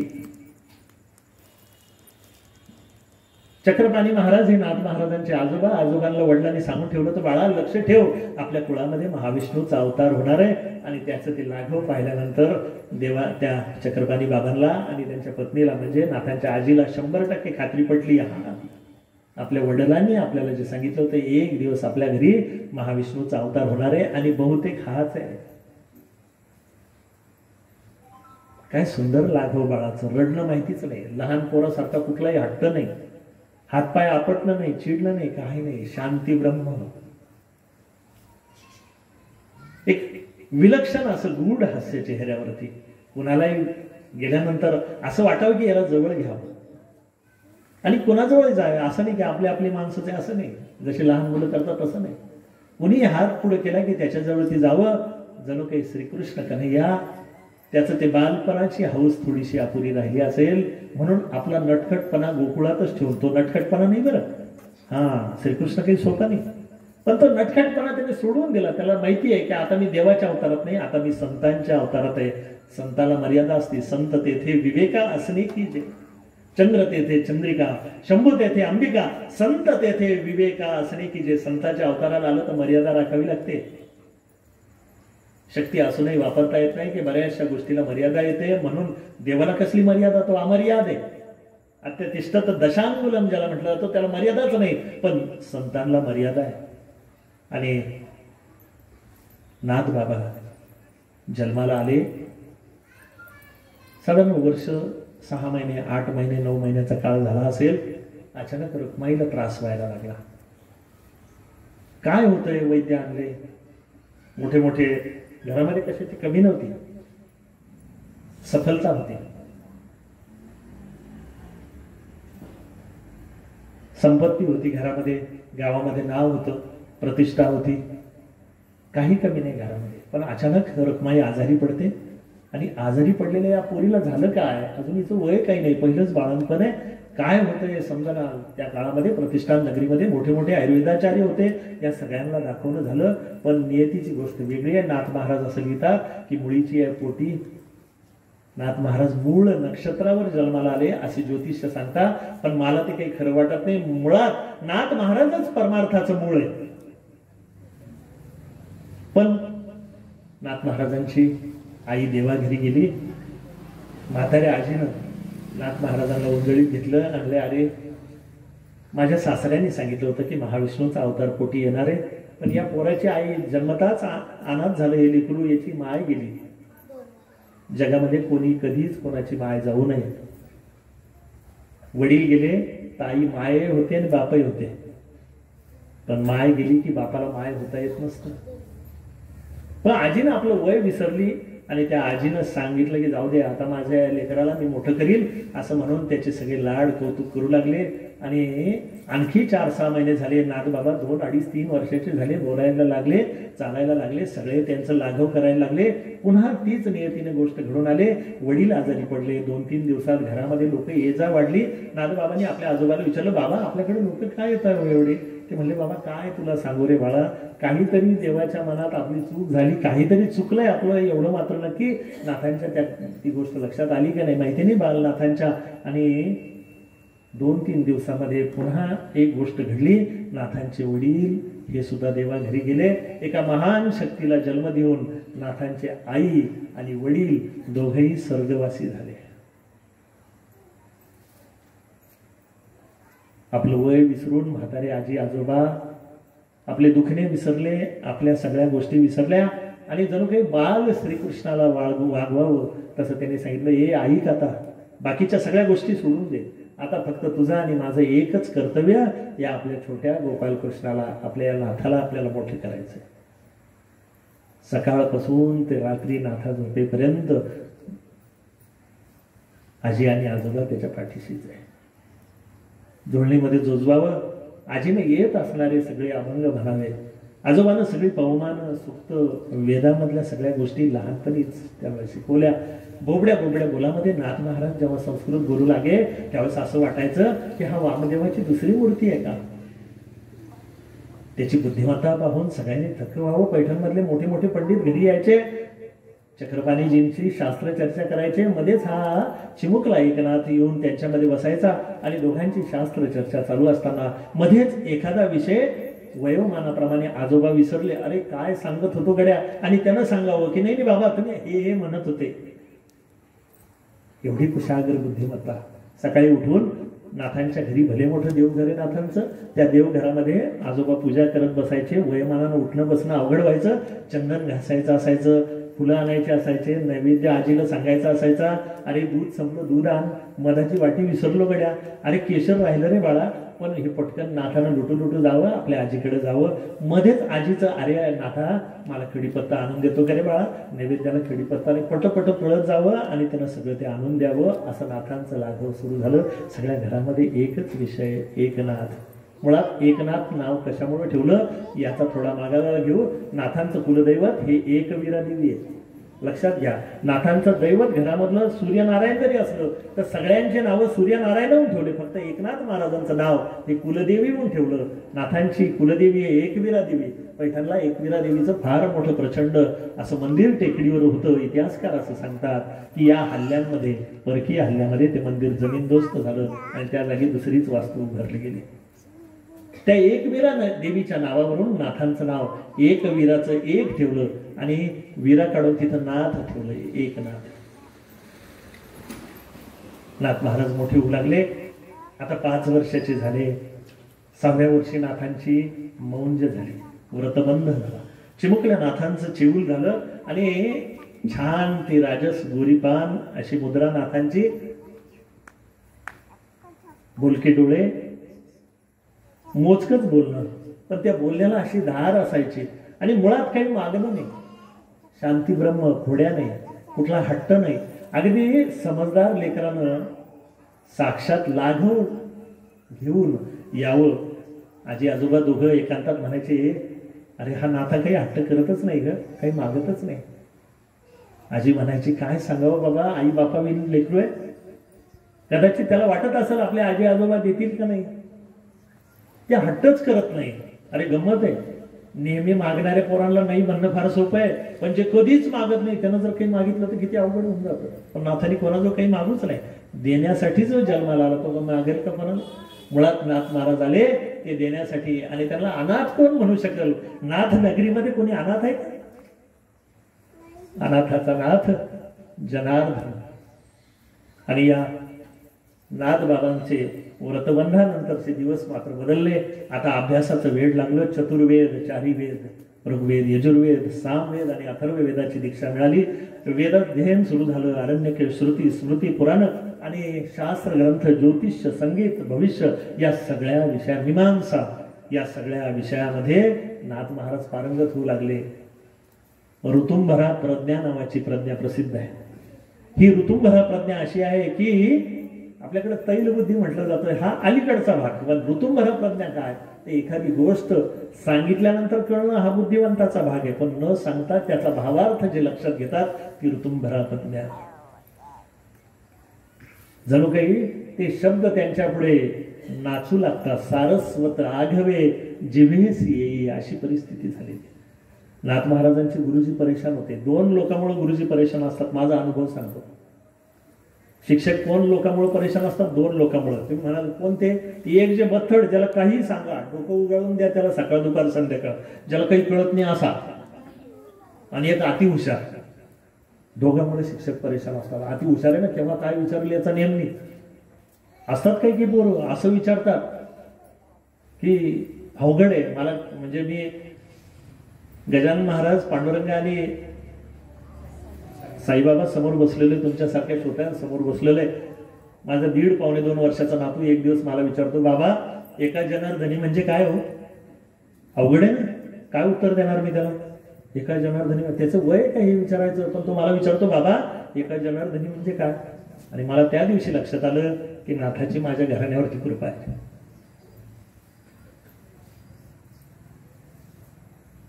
एक एक गोष्ट इतका पटकन शिकू लागला. आणि शिकता शिकता गंमत अशी झाली की ती गुरुजी परेशान झाले. आणि गुरुजीनं बऱ्याचशा शंकरनाथांच्या, आता आपण उद्या पाहू, आता आपण परवा जाऊ, सकाळी आठवणी त्यांना सांगितलं, गुरुजी काल तुम्ही सांगितलं होतं ना हे उद्या सांगतो. अरे बाप्पा मलाच माहिती नाही रे. पैठणमधले सगळ्यात मोठे गुरुजी पाहिले, जे काशीच्या विद्वानाला हरवून तिथं आलेले होते पैठणला, त्यांनाही परेशानी झाली. आणि हे परेशान झाले गुरुजी. नेहमी नेहमी नाथाला काय उत्तर द्यायचं. आणि एक दिवस पहाटेच गुरुजी सकाळी स्नान करून घरी येतात. आणि घरी आल्यानंतर ते जनार्दन आपल्या चक्रपाणीजींना म्हणतात, बाबा मला माफ करा. म्हणले, अरे गुरुजी तुम्ही असं का बोलता? माझ्या एकनाथानं काही खोड्या केल्या का? कोणाला त्रास दिला का? काही फोडतोड केली का त्यानं? अरे नाही नाही बाबा, तो कधी असा करणार आहे? शांती ब्रह्म हे साक्षात.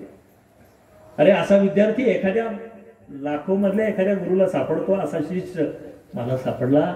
तो खोड्या करणं, चूक करणं शक्य नाही. मग काही चूक झाली असेल का? पारिश्रमिक देण्यामध्ये माझ्याकडून काही कमी राहिला असेल तर मला सांगा.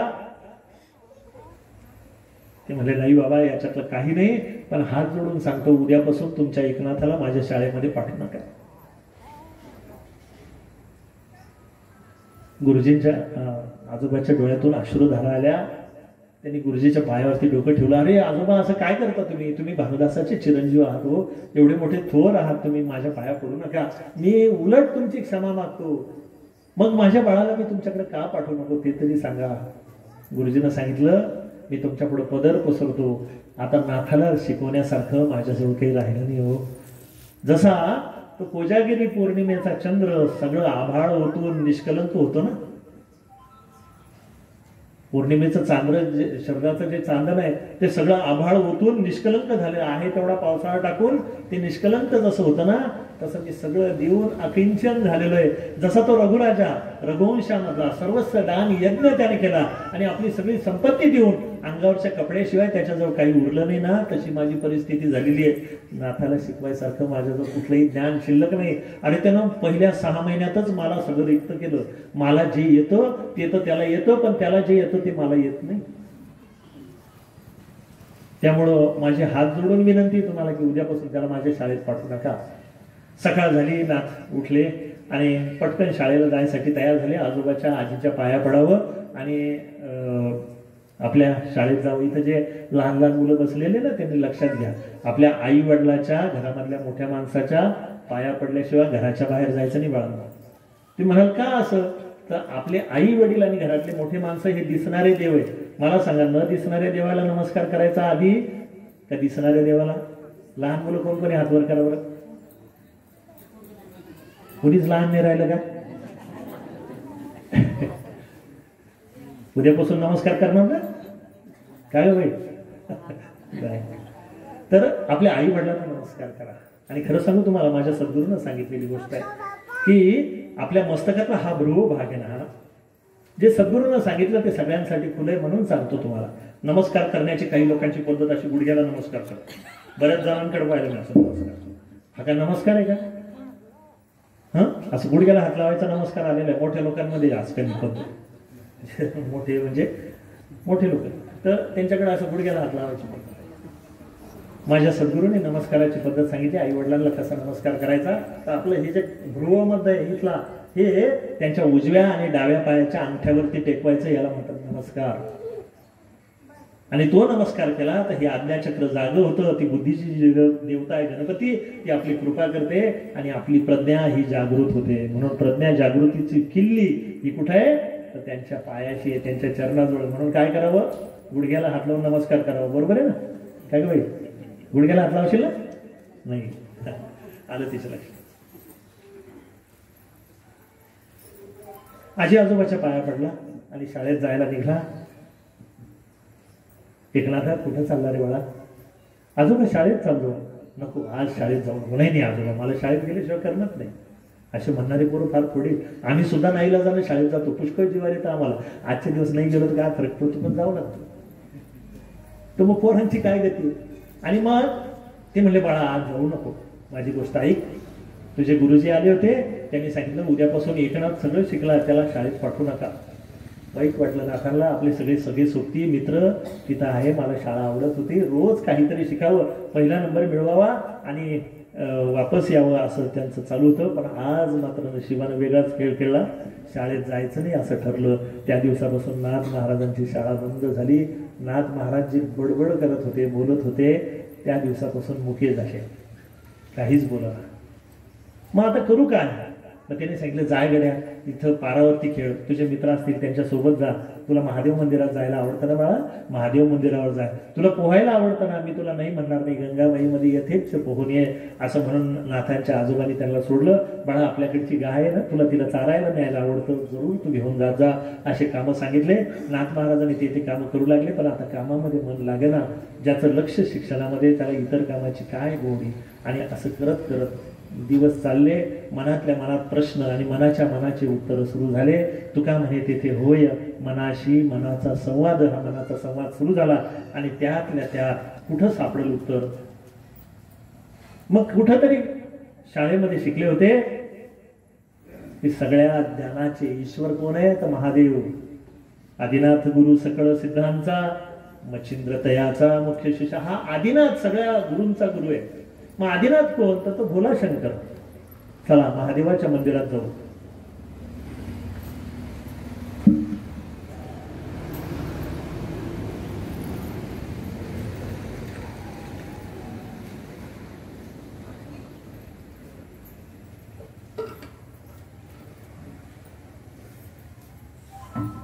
पैठणला कधी गेलात तर यात्रा मैदानाच्या बाजूला ढोलेश्वर महादेव मंदिर आहे.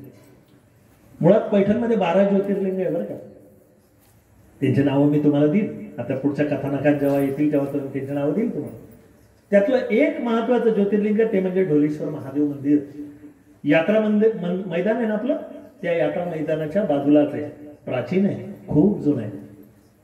आणि अलीकडच्या काळामध्ये छत्रपती शिवाजी महाराज तिथे येऊन गेलेले. ज्ञानदेव तिथं 8 दिवस मुक्कामी होते असा इतिहास आहे. छत्रपती शिवाजी महाराज ज्यावेळेस पैठण भेटीला आले होते त्यावेळेस त्यांनी त्या महादेव मंदिराला भेट दिली होती असा इतिहासामध्ये पैठणचे जे इतिहासाचार्य बाळासाहेब पाटील त्यांनी लिहून ठेवलेलं आहे. संतपीठामध्ये आपल्याला त्याची नोंद पाहायला मिळते.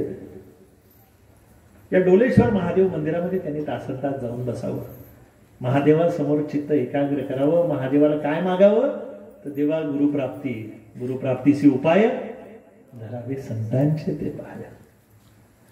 जगामध्ये गुरु सारखा कोणीच नाही. ज्यांनी ज्यांनी सद्गुरू केलेले आहे ते सगळे भाग्यवंत आहे. पण निवड गुरु करून आपल्याला चालणार नाही. तर गुरुनं दिलेली दीक्षा, गुरुनं दिलेली उपासना सुद्धा ही अखंडपणे चालवावी लागते. आणि जशी जशी आपली उपासना फलद्रूप होते त्यांची कृपा, त्यांचा ओघ आपल्याकडे वळल्याशिवाय राहत नाही. आणि गुरुकृपा ही ओळंगली. नाथबाबांनी तिथे बसावं, रोज त्या ढोलेश्वर महादेवाला विनंती करावी, महादेवा आदिनाथ गुरु तू जर सकळ सिद्धांत आहे तर माझं मागणं काय? मला फक्त माझ्या सद्गुरूंची भेट पाहिजे. माझे सद्गुरू काही भेटेल दातार, काही बिरुडे हे फिटेल, काही भेटेल दातार सद्गुरू माझा. रोज रोज तीच विनंती करावी की कधी माझे सद्गुरू भेटतील, कधी माझं कल्याण होईल, कधी माझ्या जीवाचं बिरुडं फिटेल. असं रोज रोज तिथं व्हावं. एक दिवस नाथ महाराज ध्यानस्थ बसले तिथं. आणि ध्यानस्थ बसल्यानंतर काही हालचालीनं त्यांच्या डोळ्याच्या हालचाली झाल्या. ध्यान भंग पावलं आणि समोर पाहतात तो काय, अख्खा मंदिराचा गाभारा त्या प्रकाशाला उजळून निघाला. कालचं चरित्र तुम्ही पाहिलं असेल तर असाच गाभारा कुठं उजळला होता? सांगा. भुयारात. बरोबर. भुयारात भानुदास महाराज बसलेले आणि त्यांच्या समोर साक्षात ती सूर्यनारायणाची मूर्ती ज्यावेळेस स्थापन प्रगट झाली त्यावेळेस अख्ख्या भुयारामध्ये सूर्य अधिष्ठिली प्राची, आता साहेबांनी जी ओळी म्हटली, सूर्य अधिष्ठिली प्राची जगा राणी व दे प्रकाशाची, ती सख्या ज्ञानाची दिवाळी करी जाती. दिवाळी तिथं झाली. सगळीकडे ओत प्रोत उजेड भरला. कुठेही अंधार नाही.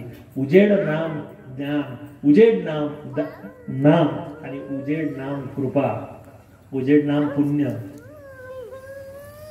आणि सगळा गाभारा उजळून निघला आणि त्या गाभाऱ्यातून महादेव कर्पूर गौर बोलले, बाळा गुरुची कृपा पाहिजे ना, ती तर तुझी जन्मजन्मांतराची आहे, एका जन्माची थोडी आहे. अरे जन्मजन्मांतरापासून तू गुरुपुत्र आहे नव्हे, तू सद्गुरूच आहे. पण आता तुला तुझ्या सद्गुरूची दीक्षा घ्यायची आहे ना, तर बाळा तुझे सद्गुरू तिकडे वाट पाहत उभे आहेत, वाट पाहे उभा, भेटीची आवडी कृपाळू तातडी उतावीळ. अरे उतावीळ झाले, रोज तुझं स्मरण करतात. बाळा कुठं आहेत ते? अरे इथून असाच जा. 60 मैलावर देवगिरी नावाचा पर्वत आहे. ज्या देवगिरी पर्वतावर जनार्दन स्वामी देशपांडे चाळीसगावकर राहतात, ते तुझे सद्गुरू. एका फटक्यामध्ये सगळ्या गोष्टी क्लिअर करून टाकल्या. माझे सद्गुरू कुठे आहे? तर देवगिरी पर्वतावर आहे. त्यांचं नाव काय? तर जनार्दन स्वामी देशपांडे वैजापूर आपला चाळीसगावकर. आणि हे त्या किल्ल्याचे किल्लेदार आहे. तिथं नाथ महाराजांना जाण्याची आज्ञा दिली. बाळा जा, नियती तुझा रस्ता प्रशस्त करील, शुभास्ते पंथानाम संतो हो. आशीर्वाद दिला, त्रिकाळ आशीर्वाद दिला. शुभास्ते पंथाना संतो हो, शुभास्ते पंथाना संतो. उजेडानं त्या लहान लेकराचे डोळे दिपले होते. अंतःकरण गदगद झालं होतं. सद्गुरूचा पत्ता सापडला होता. दिशा स्पष्ट झाल्या होत्या. मार्गदर्शन स्पष्ट झालं होतं. साष्टांग दंडवत घातला महादेवाला. आपल्या घराशी पळत निघाला. अर्ध्या रस्त्यावर गंगेच्या काठून येता येता पुन्हा थबकला आणि त्याच्या समोर मोहाचा पुन्हा एक पडदा उभा राहिला. 60 मैलावर माझे सद्गुरू राहतात, त्यांच्याकडे जायचंय. सद्गुरूची ओढ तर मनाला लागलेली आहे, पण माझे म्हातारे आजी आजोबा जे माझ्याकरता तर धरून जीव धरून बसलेले, त्यांना सांगून जर निघलो तर ते मला जाऊ देणार नाही, आणि न सांगता जर निघालो तर ते जिवंत राहणार नाही. करू तर काय? सांगा मी काय करावे, कवनासी सांगावे. अंतःकरणामध्ये तळमळ सुरू झाले. काय करावं, काय करावं, काय करावं? प्रश्न सापडत नव्हता. आता झोप गेली होती, चैन गेला होता, अस्वस्थता. खरं सांगू तुम्हाला, महापुरुष हे अस्वस्थ जगतात. शब्द लक्षात घ्या. महापुरुष हे अस्वस्थ जगतात आणि निवांत जातात. काय शब्द आहे? महापुरुष हे अस्वस्थ जगतात आणि निवांत जातात. तुमचं आपलं वेगळं आहे. आपण निवांत जगतो आणि मरताना अस्वस्थ होतो. आपण आपला इथला फरक आहे, थोडासा फरक आहे त्यांचा, आपला जास्त नाही. महापुरुष हे अस्वस्थ जगतात. जोपर्यंत ते देहात असतात अस्वस्थ असतात. बुडती हे जन न देखवे डोळा म्हणून कळवळा. तुमच्या माझ्याकरता सतत तळमळ तळमळ तळमळ तळमळ तळमळ होतची आहे. कल्याण करी राम राया, राम राया, कल्याण करी राम राया. तळमळ तळमळ होतची आहे, होतची आहे. समर्थ रामदासांचं पद आहे. सातत्यानं तळमळ. तुकाराम महाराज सुद्धा तेच म्हणतात की बुडती हे जन न देखवे डोळा म्हणून कळवळा येत असे.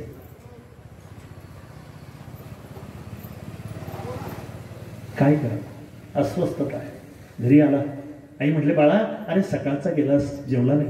तू जेवला नाही म्हणून बाबा जेवले नाही, आणि बाबा जेवले नाही म्हणून मी जेवले नाही. आज देवाला नैवेद्य दाखवला, पण माझ्या पांडुरंगाला तो नैवेद्य सुद्धा नाही घेतला रे. काय करावं? आपले आजी आजोबा जेवावे म्हणून कसा तरी तो दही भात चिवडला, खाण्यामध्ये लक्ष नाही. आजीनं स्वतःच्या हातानं नाथाला जेवू घातलं, आणि आजीच्या कुशीत नाथ महाराज केव्हा झोपी गेला ते कळलंच नाही. आजी त्याला थापटत होती. आजी पण दिवसभराच्या यानं शिंगली होती. रात्र झाली, आजी आजोबा झोपले, परेशान होते. 2-4 दिवसापासून हा असा का वागतो त्यांना कळत नव्हतं. आणि ते झोपेमध्येच, अर्ध्या झोपेमध्ये पुन्हा त्यांना त्यांच्या महत्वाकांक्षेनं जाग आली. नाथबाबा उठून बसले. आपले आजी आजोबा झोपलेले असं पाहिलं. थंडीचे दिवस होते. आजीच्या अंगावरती गोधडी टाकली, आजोबाच्या अंगावरती गोधडी टाकली, दोघांना नमस्कार केला. आजी आजोबा, उद्या मी कुठं असेल मला माहिती नाही, तुमच्यासारखी पावलं पुन्हा भेटतात की नाही माहिती नाही, पण तुमचा एकनाथ हा सद्गुरू चरणी जातोय, इष्ट प्राप्तीसाठी जातोय. बाबा मला क्षमा करा. तुमची सर्वस्वी जबाबदारी माझ्यावरती होती. तुमच्या जीवाचं काही बरं वाईट न हो, हीच आजच्या दिवशी पांडुरंगाजवळ चर्चा विनंती करतो. मी जेव्हा परतून येईल तेव्हा बाबा मला तुम्ही घेण्यासाठी माझ्यासमोर उभे असा. माझ्या आजीला देवा तेवढं आयुष्य दे की मी जेव्हा माझ्या सद्गुरूच्या घरून परत येईल तेव्हा माझ्या आजी आजोबा मला पुन्हा तसे दिसावे.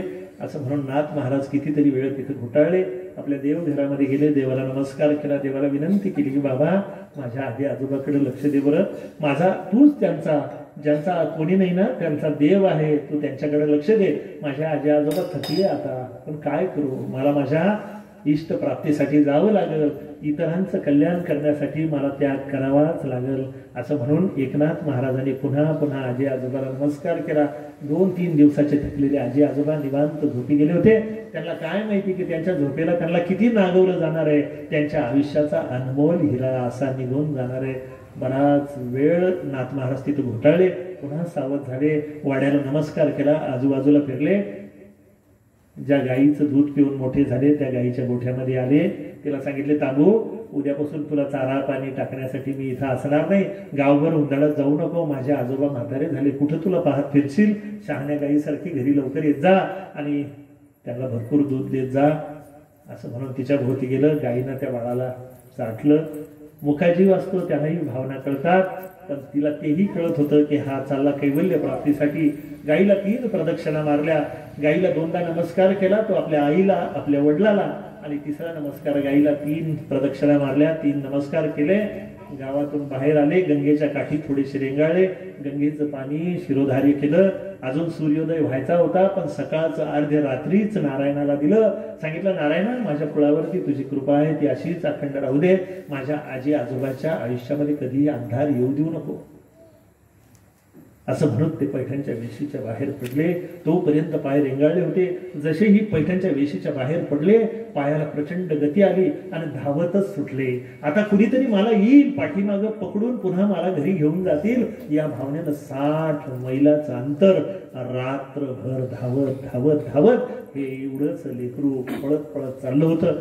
दमलं की थोडं थांबायचं, थोडा वेळ थांबायचं, पाठीमागं टाच उंच करून पाहायचं. या अंधाऱ्या चांदण्या रात्री कोणी पाठीमागे येत तर नाही ना, काय झालं असेल असं त्याला माहिती नव्हतं. आणि पहाट होता होता समोर पाहिलं, तो तुंग असा देवगिरी किल्ला समोर दिसला.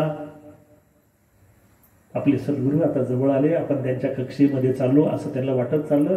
हे छोटंसं बालक कुणाचं आहे काही कळत नव्हतं. लोक कौतुकाने त्याला म्हणजे, ए बाळा कुणाचा आहेस, कुठं चालला, काही बोलत नव्हतं. पळत पळत पळत पळत पळत ते देवगिरीच्या पायथ्याशी आलं. तिथल्या हवालदारानं, रक्षकानं त्याला, ए बच्चा कहाँ जा रहा? ते म्हणले, जनार्दन स्वामी आहेत ना, त्यांना मला भेटायचंय. त्यांना आश्चर्य वाटलं की नाव घेऊन बोलतो, आपला किल्लेदार आहे ना, हे एवढं करू, हे काय म्हणतंय, जनार्दन स्वामीला मला भेटायचंय, ते माझे गुरु महाराज आहे, मला त्यांना भेटायचंय. जनार्दन स्वामी खालच्या टप्प्यावर कार्यालयीन कामासाठी खाली आलेले होते. तो म्हणलं, इथंच थांब, गडबड करू नको, पळून जाऊ नको. असं म्हणून ते वर जातात. तो नौकर सांगतो की बाबा एक लेकरू आलेलं आहे, छोटंसं 7-8-9 वर्षाचं, आणि ते तुम्हाला भेटू इच्छितो. एवढा शब्द ऐकायला जनार्दन स्वामी कुठे तिथं थांबलेले होते. दड दड दड दड दड पायऱ्या उतरत, वासरासाठी जैशी गाय धावे पुण्यवंता, तसे दड दड दड पायऱ्या उतरत स्वामीजी त्याच्या समोर येऊन उभे राहिले. नाथ महाराजांनी त्यांच्या चेहऱ्याकडे पाहिलं, एकटक पाहायला लागले. जनार्दन स्वामी सुद्धा नाथ महाराजांकडे दृष्टादृष्ट विजयी होवा वेगी, दोघांची दृष्टादृष्ट झाली. दोघे एकमेकाकडे पाहू लागले. 5 मिनिटं तशा अवस्थेमध्ये गेले.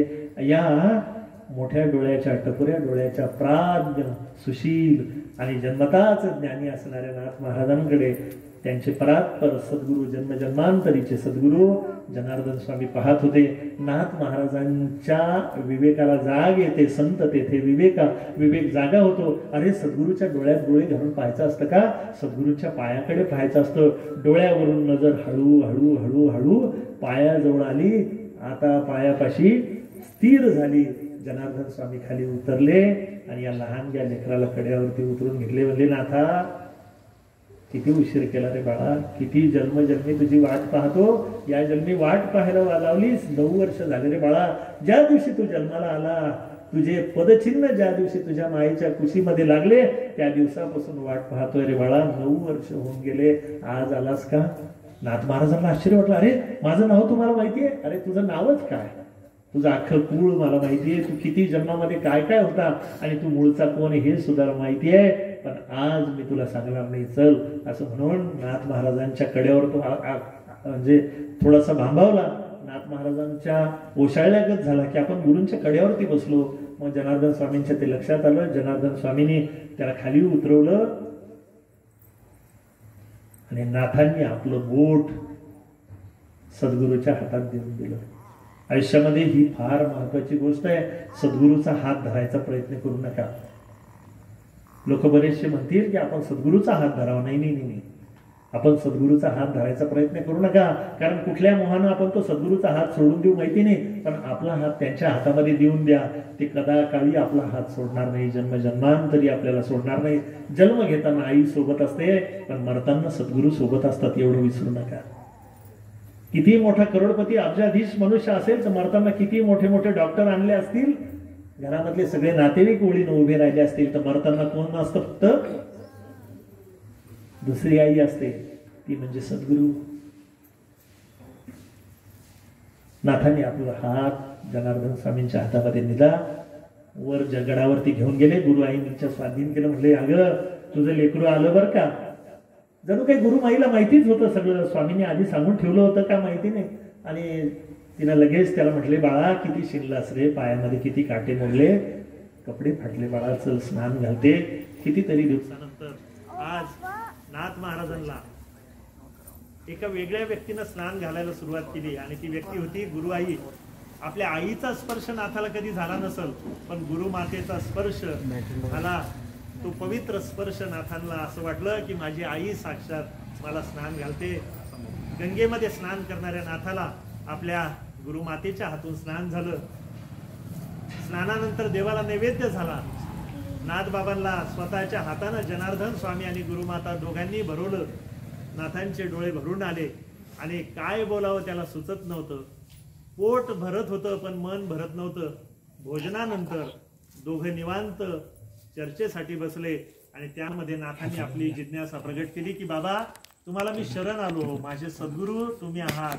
मला तुमच्या पदरी आश्रय द्या, तुमच्या चरणाशी आश्रय द्या. असं म्हणून नाथ महाराज चरणाशी लागले. नाथ गुरुमाता दोघांनी भरवलं. नाथांचे डोळे भरून आले आणि काय बोलावं त्याला सुचत नव्हतं. पोट भरत होतं पण मन भरत नव्हतं.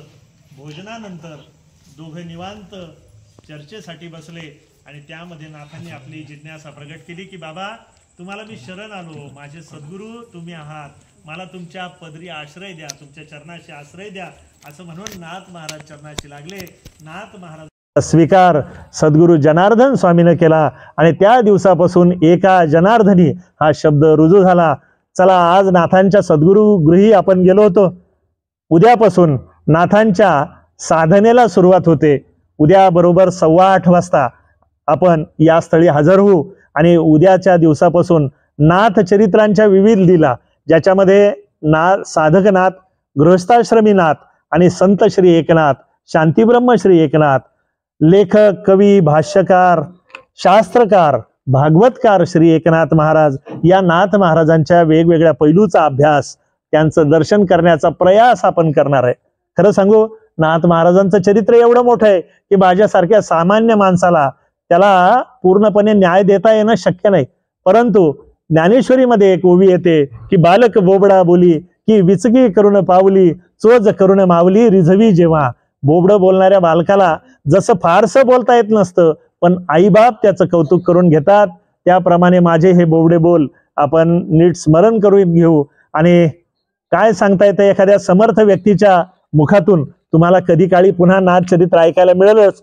त्यात माझा हा छोटासा प्रयत्न आहे. यात जे काही चुकीचं असेल तो माझ्या बुद्धीचा दोष आहे, तो मला परत करा. एखादी गोष्ट तुम्हाला पटली नसेल किंवा चुकीची असेल, ती योग्य वाटली नसेल, तो माझ्या बुद्धीचा दोष आहे, तो मला परत करा. आणि यात तुम्हाला जर काही चांगलं वाटलं असेल तर तो माझ्या सद्गुरू काका माऊलीचा प्रसाद आहे, तो तुमच्या घरी घेऊन जा.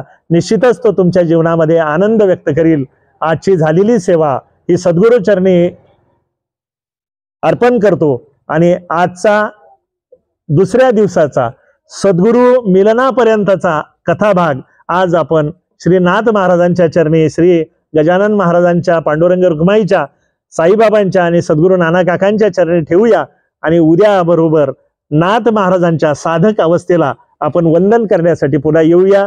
दूरदूरून आलेल्या सर्व गुरुबंधू आणि भगिनी, वेगवेगळ्या गावातून आणि इथून आलेल्या सर्व गुरुबंधू भगिनींना आदरपूर्वक वंदन करतो आणि झालेली सेवा सद्गुरू चरणी अर्पण करून थांबतो. सद्गुरुनाथ महाराज की जय.